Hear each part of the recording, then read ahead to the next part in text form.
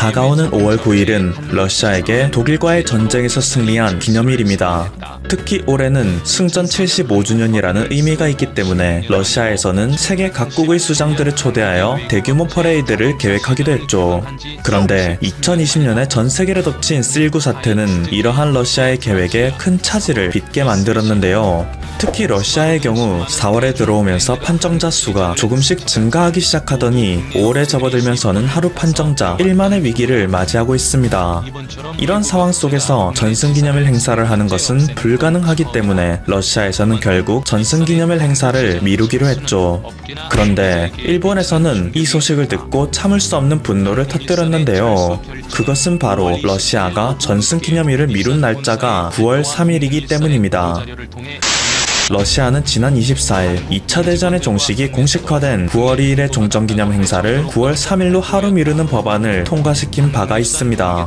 겨우 하루 미룬 것에 불과하지만 이것이 갖는 정치적 의미는 결코 작지 않은데요. 일본 정부의 대표단이 연합군에게 항복 의사를 공식 서명한 것은 1945년 9월 2일입니다. 때문에 오늘날 세계의 많은 국가들은 매해 9월 2일을 공식 종전일로 기념하고 있는 것이죠. 사실 이것을 종전기념일로 지칭하는 것은 일본에게 있어 굉장히 유리한 현상인데요. 일본이 자신의 항복선언일인 8월 15일을 패전일이 아닌 종전일로 지칭하는 것과 같은 이유 때문입니다. 만약 일본이 8월 15일을 패전일로 지칭하게 된다면 자신들이 과거에 극악무도한 전쟁을 시작했음에도 불구하고 연합군이라는 정의 세력에 의해 패배한 날로 기억되죠. 하지만 일본에서는 8월 15일을 종전기념일로 지칭하고 있는데요. 종전이라는 단어 자체가 굉장히 중립적인 의미를 담고 있기 때문에 일본은 자신들이 저질렀던 참상을 반성하기보다는 단순히 전쟁이라는 참혹한 역사가 끝났다는 것을 축하하며 마치 과거의 자신은 자신이 아니라는 듯 객관화를 시켜버립니다. 이러한 일본의 교묘한 술수는 정확하게 효과를 발휘하는데요. 오늘날의 많은 일본인들은 8월 15일을 종전일로 기념하면서도 그때의 참상을 초래한 장본인이 자신이라는 사실을 모르고 있죠. 이와 마찬가지로 오늘날 수많은 국가들이 9월 2일을 종전기념일로 기념하는 것 역시 마찬가지 현상을 불러일으켰는데요. 얼마 전까지만 해도 세계의 중심이었던 유럽 국가들은 독일에 의해 직접적인 피해를 많이 입었기 때문에 대독 승전 기념일을 따로 가지며 독일의 만행을 결코 잊지 않습니다. 하지만 또 다른 전범이었던 일본 역시 항복을 공식화함으로써 실질적인 전쟁이 종료되었던 9월 2일에 대해서는 사실상 자신들이 일본에 입은 피해가 거의 없기 때문에 대일 승전 기념일로 여기지 않고 단순히 종전 기념일로 축하하고 있는 것이죠. 때문에 시간이 흐를수록 독일의 만행은 두고두고 회자되며 반성을 불러일으키지만 일본의 만행은 역사 속에서 서서히 잊혀지고 있는 것입니다. 일본에게 직접적인 피해를 많이 입은 아시아 국가들의 경우 여전히 과거의 상처를 많이 갖고 있긴 하지만 유럽보다 상대적으로 약소한 국력으로 인해 이러한 세계적 흐름을 거스르는 것은 쉽지 않았습니다. 더군다나 미국이라는 세계 1위 강국을 지원 세력으로 두고 한국전쟁을 발판으로 두며 세계 강국에 오른 일본은 이러한 흐름을 이용하여 자신들의 과거를 지우는데 총력을 기울였는데요. 아시아의 피해 국가들이 아무리 일본의 만행을 비판하여도 다른 국가들은 아무 말도 안 하는데 왜 너희만 유난을 떨고 있느냐? 이런 세계적 흐름을 무시한 채 과거에 연연한다면 미래를 향해 나아갈 수 없다. 그러니까 너희들이 우리처럼 강대국이 될 수 없는 것이다. 라며 피해자의 목소리를 짓밟아 왔습니다. 하지만 이러한 일본의 속내를 정확히 꿰뚫어본 국가가 있는데요. 세계의 주축에 속하는 강대국이면서도 일본을 추억함에 직접적으로 대응했던 국가죠. 바로 러시아, 구소련입니다. 러시아 역시 과거 러일 전쟁의 역사를 갖고 있으며 소련이 구성된 이후에는 연합국의 지위였기 때문에 1932년부터 1939년까지 일본과 군사적인 충돌을 지속해왔죠. 그리고 이후에는 2차 대전의 승전국으로 분류됩니다. 이러한 소련에서는 한 가지 특이했던 점을 찾아볼 수 있는데요. 9월 2일 일본이 항복선언에 서명한 바로 다음 날인 9월 3일 대일 승전 기념 행사를 열었다는 것입니다. 일본과 직접적인 전투를 했던 소련의 입장에서는 일본 역시 추축국 중 하나였다는 사실을 잊지 않겠다는 의미였죠. 이러한 배경 지식을 이해한다면 이번에 러시아가 자국의 종전 기념일을 기존의 9월 2일에서 9월 3일로 변경한 것의 의미를 알 수 있습니다. 러시아는 앞으로도 일본의 만행을 잊지 않고 그들에게 승리한 역사를 매해 자축하겠다는 것이죠. 때문에 일본 측에서는 러시아에서 이 법안이 통과되자 겉으로 드러내진 않았지만 상당히 불쾌한 감정을 갖고 있었는데요. 러시아에서는 이것에 그치지 않고 이번에 연기되는 대독 승전 기념 행사 역시 9월 3일에 동시 개최하겠다는 발표를 한 것입니다. 일본 역시 참가하기로 되어 있던 대독 승전 기념 행사를 일본의 패전을 축하하는 9월 3일로 미룬다는 것은 러시아가 대놓고 일본을 도발한 것이나 마찬가지이죠. 또한 일본과 지속적으로 이어지고 있는 쿠릴 열도 영유권 분쟁에 대해서 이에 대한 정당성은 러시아에게 있다는 것을 행사에 참가하는 모든 국가들에게 공식화하겠다는 의도이기도 합니다. 이날은 두 차례의 기념 행사를 한꺼번에 할 예정이기 때문에 러시아 군인의 대대적인 퍼레이드도 화려함에 극에 달할 예정인데요. 때문에 이날 하루만큼은 전 세계의 이목이 러시아에 집중될 것이고 러시아는 이를 이용하여 쿠릴 열도의 영유권을 주장하겠다는 것이죠. 결국 일본의 아사히 신문에서는 아베 총리가 해당 기념 행사에 참여할 수 없다는 뜻을 밝혔다는 기사를 보도했습니다. 러시아의 도발에 회피하기로 결정한 것이죠. 사실 러시아의 푸틴은 21세기에 접어들면서 일본에 대한 도발을 꾸준히 지속해왔습니다. 2012년에는 러시아 공군이 마음만 먹으면 20분 만에 일본을 지도에서 지울 수 있다 라는 발언을 하기도 했는데요. 경제적인 위치는 일본에게 못 미치긴 하지만 여전히 군사력만큼은 일본을 압살할 수 있는 수준이기 때문이죠. 그리고 러시아가 이렇게 일본을 압박하는 것에 대해 누구보다 가장 반가운 국가는 한국일 수밖에 없는데요. 한국 역시 2021년까지 F-35 스텔스기를 40대 도입할 예정이고 현재 추진 중인 현무 3스 미사일이 실전 배치된다면 북한과 중국은 물론이고 일본 전역을 타격해낼 수 있습니다. 한국은 2022년까지 2000기 이상의 현무 미사일로 전력 무장하는 것을 목표로 삼고 있으며 이것에 더해 현무 3C보다 긴 사정거리를 지닌 3000km 이상의 미사일 역시 개발하는 단계에 있는데요. 이 때문에 개거품을 물며 반대하고 있는 일본에게 있어 러시아에 지속되는 도발은 섬뜩함 그 자체로 다가오겠죠. 심지어 한국과 러시아가 상당히 좋은 관계라는 사실은 이러한 일본에게 더욱 불리하게 작용되는데요. 소련이 붕괴된 후 1998년 급속도로 나빠지는 경제에 빠진 러시아는 그때 당시 타국가들의 외채를 지불하기 곤란하다는 입장을 표명했습니다. 사실상 국가 부도의 위기에 빠진 상태였던 것인데요. 일본에서는 한국의 IMF 사태와 마찬가지로 누구보다도 빠르게 러시아로부터 자금을 빼내기 시작했습니다. 특히 세계적인 가전기업이었던 소니가 러시아에서 전면 철수하면서 다른 국가들 역시 러시아에서 탈출하기 시작했죠. 하지만 이때 한국의 기업들은 끝까지 러시아에 남기로 하며 의리를 지켰는데요. 삼성전자, LG전자, 현대자동차가 그러했죠. 때문에 이후 삼성전자는 현재 10년 가까이 러시아에서 가장 사랑받는 기업 1위에 위치하고 있으며 현대기아 자동차는 2019년 러시아 자동차 시장의 25%를 차지하며 시장 점유율 1위를 기록하고 있죠. 같은 유럽 국가인 독일 브랜드가 12%밖에 차지 못하는 것을 감안하면 이것이 얼마나 대단한 것인지 체감할 수 있습니다. 이뿐만이 아닙니다. 한국의 컵라면 중 하나인 도시락은 막상 한국에서는 큰 인기를 끌고 있진 않지만 러시아에서는 그야말로 국민식품 그 자체인데요. 도시락이라는 단어 자체가 컵라면을 의미하는 고유명사로 굳어질 정도입니다. 지난 3월부터 C19 사태가 본격적으로 러시아를 덮치기 시작했을 때에는 이 도시락이 주로 생산되는 공장이 있는 도시 라멘스코이의 시장이 생산 공장에 직접 방문하여 도시락이 러시아 사회에서 얼마나 중요한지 강조했을 정도이죠. 그리고 러시아는 한국으로부터 760만 달러 상당의 진단키트를 구입했으며 위기가 한창 확산되던 4월에는 총 4번에 걸친 FTA 협상 화상회의를 진행한 바가 있습니다.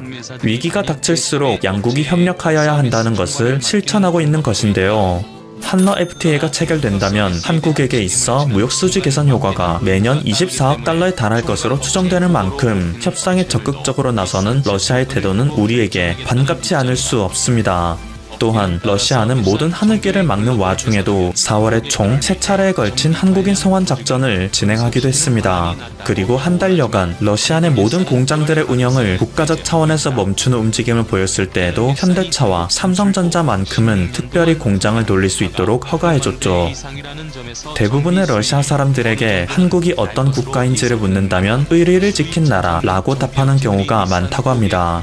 가장 큰 국가적 위기가 닥쳤을 때 세계의 수많은 국가들 중에서 유일하게 의리를 지킨 국가이기 때문에 그들에게는 너무나도 고마운 국가가 한국인 것이겠죠. 한국은 이번 세계적 위기로 인해 국가적 위상이 순식간에 점프하는 기회를 맞이하고 있습니다. 이로 인한 경제적 혜택도 만만치 않을 것으로 예상되는데요. 덕분에 이전에 추진하던 국방력 증진 프로젝트는 물론 더욱 강력한 군사력을 지닐 수 있는 기회도 가질 수 있을 테죠. 이런 상황 속에서 극동 지역의 군사 강국 러시아와 지속적인 우호 관계를 다져나간다면 세계의 어떤 국가에서도 한국을 무시하는 모습은 절대 찾아볼 수 없을 것으로 전망됩니다. 특히 일본에게 말이죠. 지금까지 퍼플튜브였습니다. 여러분의 구독과 좋아요 그리고 알림 설정은 콘텐츠 제작에 큰 힘이 됩니다.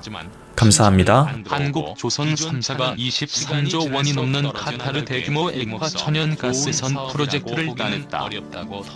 현대중공업, 대우조선, 삼성중공업 등 국내 업체들이 나란히 신종 코로나 바이러스 감염증 사태로 인한 수주 가뭄 속에 쾌거를 기록하게 됐다.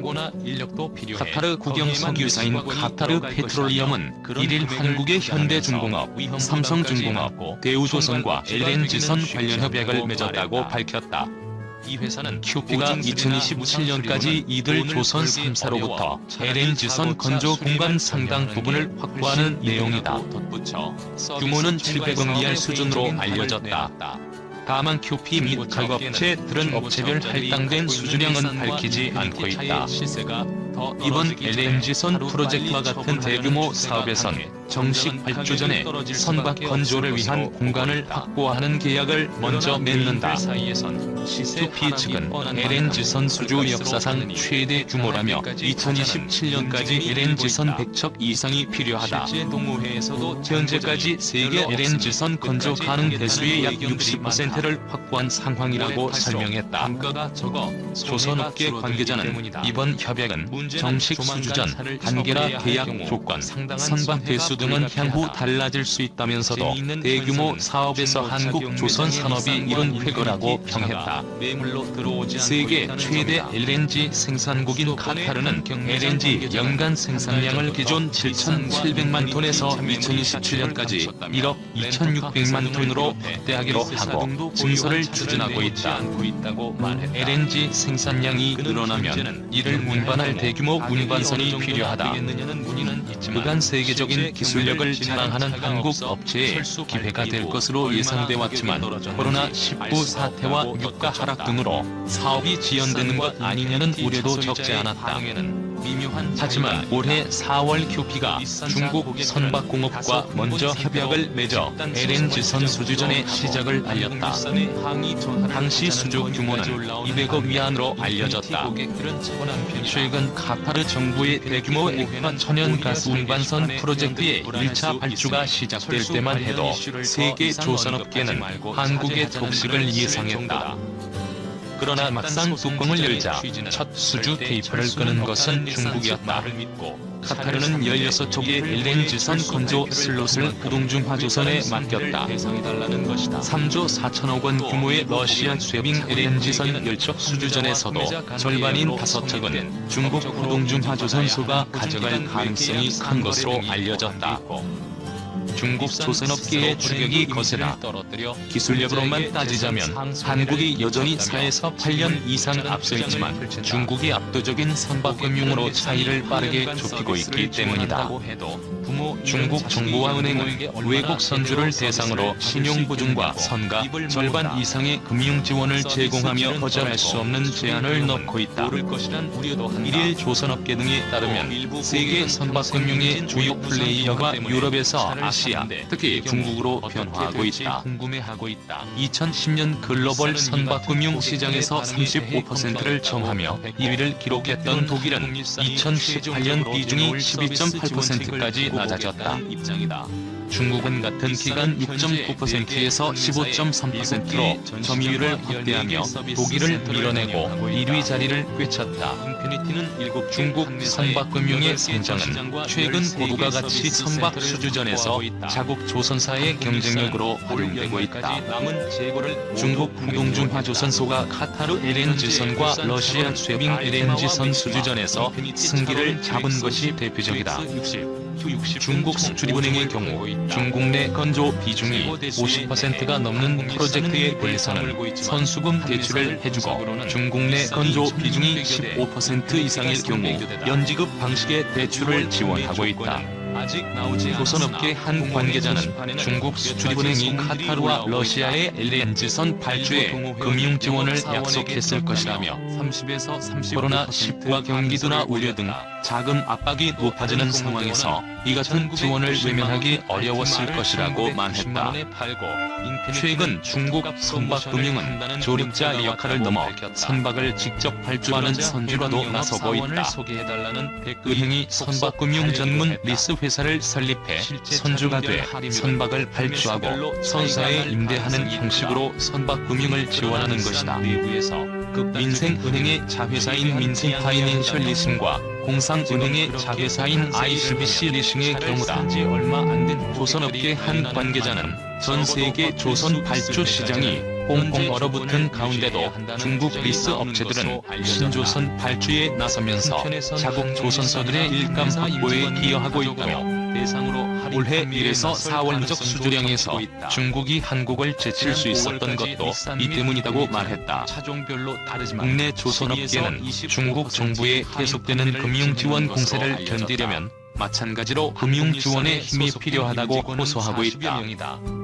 한국 조선업체들은 과거 부실의 주공글씨 때문에 은행들의 외면을 받으며 운영비 확보에 애를 먹고 있다. 선박 건조는 배를 실제로 인도하는 마지막 시점에 선주로부터 선박 대금의 절반 이상을 받는 계약이 일반적이기 때문에 자재, 인건비를 포함한 운영비를 확보해야만 배를 지을 수 있다. 선투입 자금이 없으면 수주를 진행하기조차 어려운 구조이다. 조선업계 한 관계자는 수주가 이루어지는 우량 업체들을 선별해 지원하는 것이 필요하다고 말했다. 아이오니아, 카타르의 50억 규모 코로나19 진단장비 등 수출, 한국산 진단키트가 LNG선 백적 수주에 큰 공을 세웠네. 청와대가 신종 코로나 바이러스 감염증의 세계적 확산 속에서 지난 22일 기준으로 103개 국가에서 우리 제외 국민 3만 173명의 귀국 지원을 완료했다. 윤재관 청와대 부대변인은 그동안 저희 정부는 코로나19 팬데믹 상황에서 세계 어디라도 그곳에 한국인이 있다면 우리 국민의 안전한 귀국 지원을 위해 외교적 역량을 총동원했다며 이같이 밝혔다. 인구가 281만 명인 카타르는 인구의 1.7%가 감염돼 100만 명당 확진자 수가 전 세계에서 가장 높다. 한국으로 치면 누적 확진자가 약 90만 명에 해당하는 수준이다.